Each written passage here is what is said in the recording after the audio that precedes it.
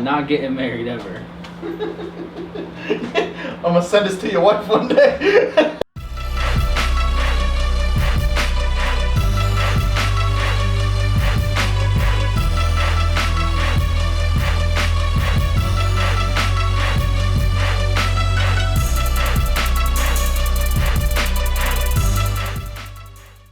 We knew a bunch of people that are close to us that have all these ideas. They're great.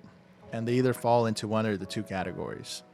They fall into the category of they think about it too much and then they never execute. Analysis paralysis. Or they fall into the category of they don't even think about it. They just think about the one idea as a macro level. Mm-hmm.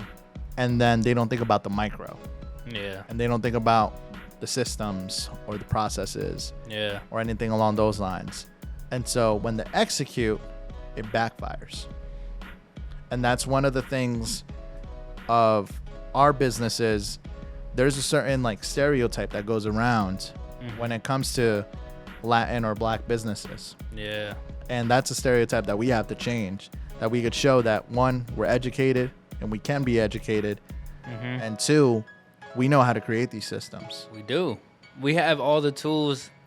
And I hate that stigma even exists, because there's plenty of amazing businesses we can point to, but we also have to develop systems and platforms to be able to educate each other in an informal way like this, to inspire, empower, and we really want to get people to elevate and levitate. Exactly. And one of the things that we talked about with this podcast is we're going to have our audience that follow us, and our audience is going to keep growing with us because we're learning too.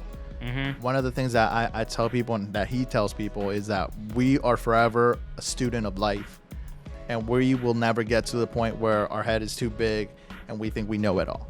That's facts. I mean, your head is kind of big. I mean, yeah, it is. I had to buy the extra large headphones. Nah, you. I like to say, if you're not learning, you're not living. Exactly. And no matter how good you get, and that's something that I've told my students ever since I started teaching. I'm like, yo, I learn a lot from y'all. They're like, but you're teaching the class. Yes, sir. And I'm like, well, no, I'm learning so much about perception and communication. I think to this day, in 11 years and enough communication I've had with other teachers, instructors at a variety of levels, I'm the only person that I know of as of right now, and I hope somebody jumps on and says, oh, I do this too, because I would love to find that out. I give evaluations in the middle of the semester, in addition to the end of the semester. I give out an eval right before the midterm. Nice. If I give it after the midterm and they hate their grade, they're biased in thinking that I had control of how they performed in the test is going to show. So I eval them prior to. By me having that data, I get to adjust. Oh, maybe they don't like how I'm communicating. Maybe I'm moving too fast. Maybe I'm moving too slow. Maybe I'm not challenging them. I collect that data and I adjust for the second half of the semester. I have yet to meet another professor and instructor that has done that. Man, don't let me get in. That's the marketing brain, man. We got to have feedback loops. My counselor back in college, man. We all had an experience where we felt anxiety at some point. But did you ever had help processing those thoughts? Our mind is full of gems, and sometimes we might feel stressed, anxious, or overwhelmed because life happens. Today's sponsored gem is BetterHelp. Here to help you be the best you.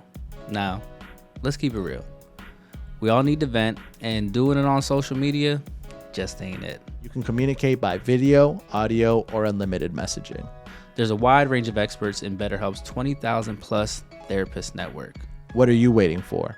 Join the 3 million plus people who have taken charge of their mental health with an experienced BetterHelp therapist. You fill out a questionnaire to help assess your specific needs, and then you can get matched with a therapist in as little as 48 hours. Go to betterhelp.com/empower610 for 10% off your first month of therapy with BetterHelp. That's betterhelp.com/empower610. Get matched with a therapist who will listen and help. BetterHelp, better performance, better life. But again, proper preparation prevents piss poor performance. And I know he said and alluded to that phrase is slightly different than I did. And that goes back to my sales days, because once I finished my MBA, I struggled to find a job for a bit. It took me about 6-7 months. which was bugged out for me. But that was the last time we had a recession.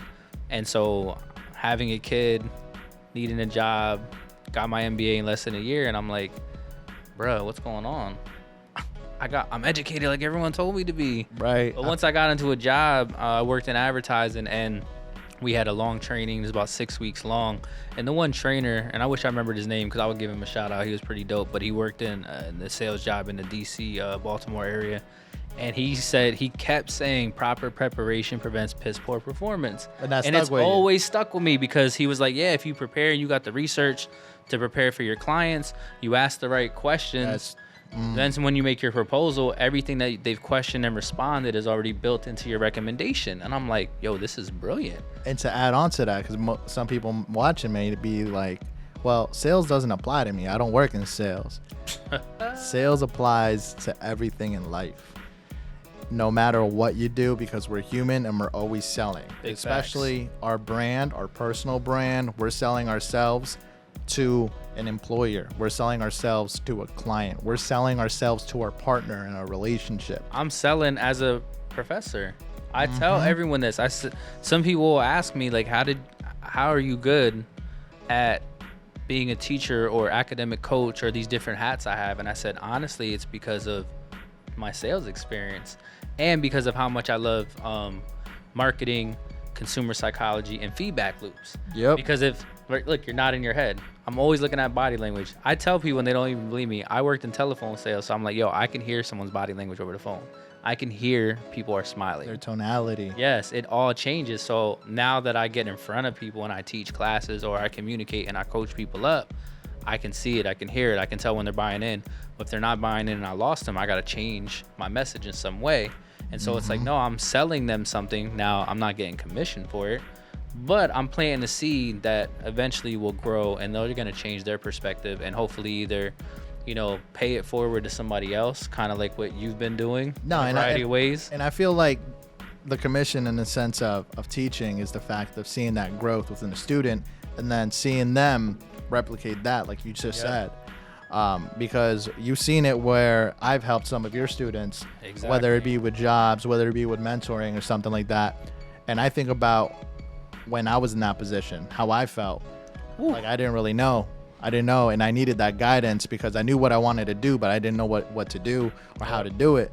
So just having that path aligned for you and having someone to tell you, no, you don't want to do that because I've done that in the past.